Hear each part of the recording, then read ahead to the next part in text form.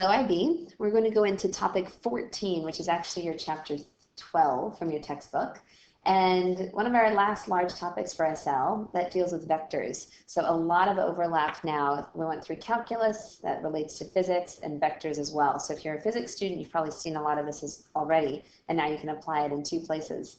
But vectors are going to include two pieces of information. One is a direction, and one is magnitude, or a quantity, a value. So if you think of velocity, we have a direction that we travel, and then we also have a speed that is correlated with that direction to make our velocity.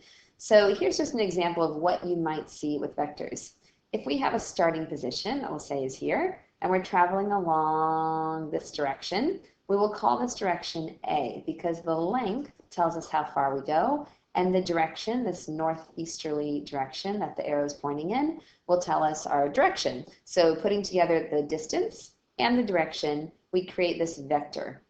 And the vector is this arrow that represents those two pieces of information. We have a second direction vector, second vector that tells us direction and also a distance. So starting from where we ended with vector A, if we tack on vector B, we now are going in a southeasterly direction and a shorter distance. Either way, we end at this position. So we could have a vector where we travel along A plus B, we end here, but we could also reverse the vectors and we could travel along B and then along A, and we end up in the same position. So you could have two different two different sums of vectors, and I could piece them together different ways or in reverse order, but I can still end up at the same position. We also can look at it as a starting point and an ending point along this green vector. So this green vector would represent A plus B because we would be ending in the same position and starting in the same position.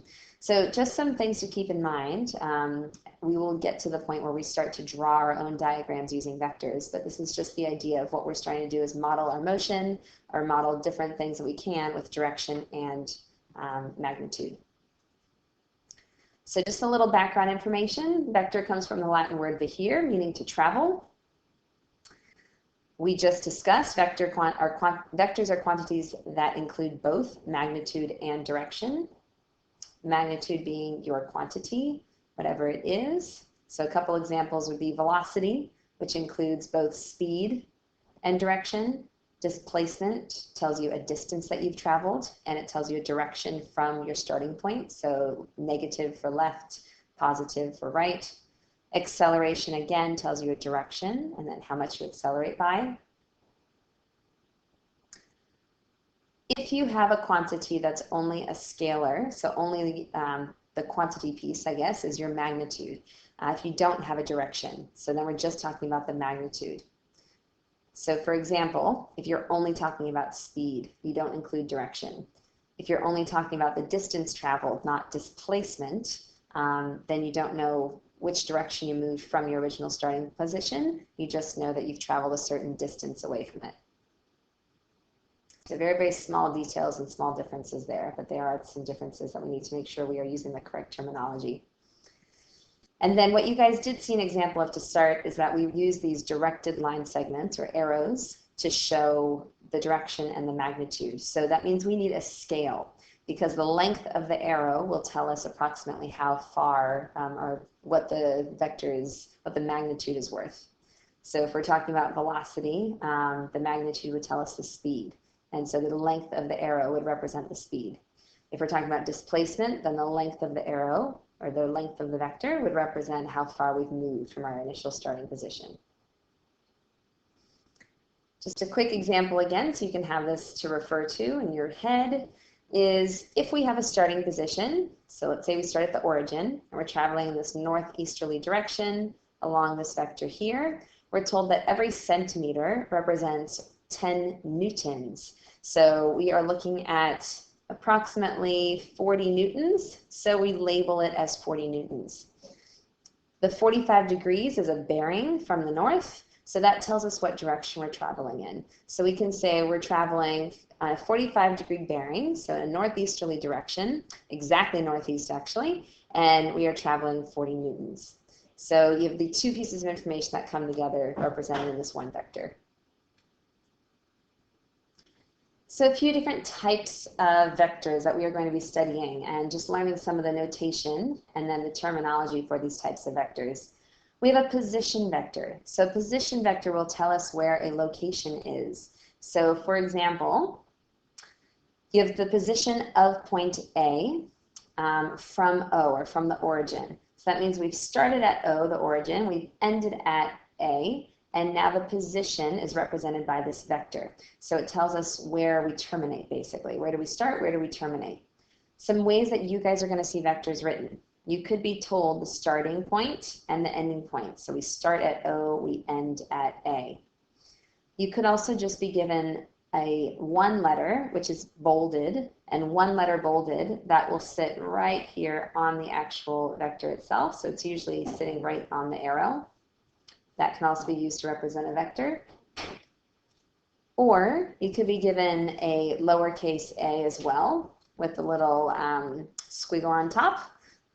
And you could be given the lowercase a with an arrow on top. So all of these are different ways that we are going to see vectors written. For your textbook and for what we'll do in class, you'll usually use this notation or this notation. When we talk about the magnitude or the length of a vector, we talk about it almost looks like it's absolute value signs, really, is where you guys have seen this before, but this is called the magnitude of a vector. So we don't say absolute value of a vector, we say the magnitude or the length of a vector. And you'll see these straight lines around the actual vector itself to tell you that we want to know just the length. So we do not want you to write down the direction, we want to know what is the length of that vector. So what is it representing? So if you see the straight lines around the vector notation, that means you're talking about just the magnitude piece. And the way that we would describe a vector, AB, is a vector that starts at A and terminates at B, or the position of B relative to A. So you can say, where is B relative to where you start at A, or you can just say a vector that starts at A and goes to B, or terminates at B, or you can say vector AB. So all of those are acceptable ways of saying what this notation is actually representing.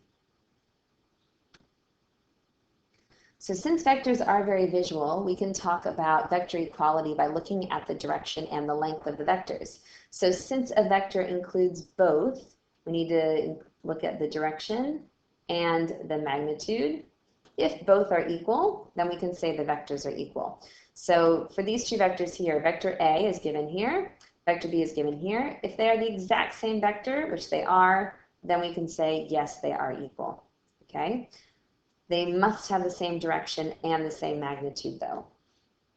So for example, in the second one here, even if they're the same length and the magnitude matches, your directions have been reversed. So they are exactly in opposite directions to each other. They're parallel to each other, but the arrows are on opposite ends. So if the arrows on opposite ends, that actually means they're complete opposites. So they're opposites of each other. So that means A is now negative A. So you could say A is equal to negative A if you're using the lowercase or bolded notation. Or you could say that negative AB is actually equal to BA. Because if you say B to A, you start at B and end at A. So if I negate that, I've actually turned it around and gone the opposite direction. So negative AB would actually mean we're going from B to A, which is what we're doing here. Otherwise, they're equal in magnitude, but directions are opposite. So we're going to go through a couple of these practice questions in class, but just this one for you to think about is number 2 from section A.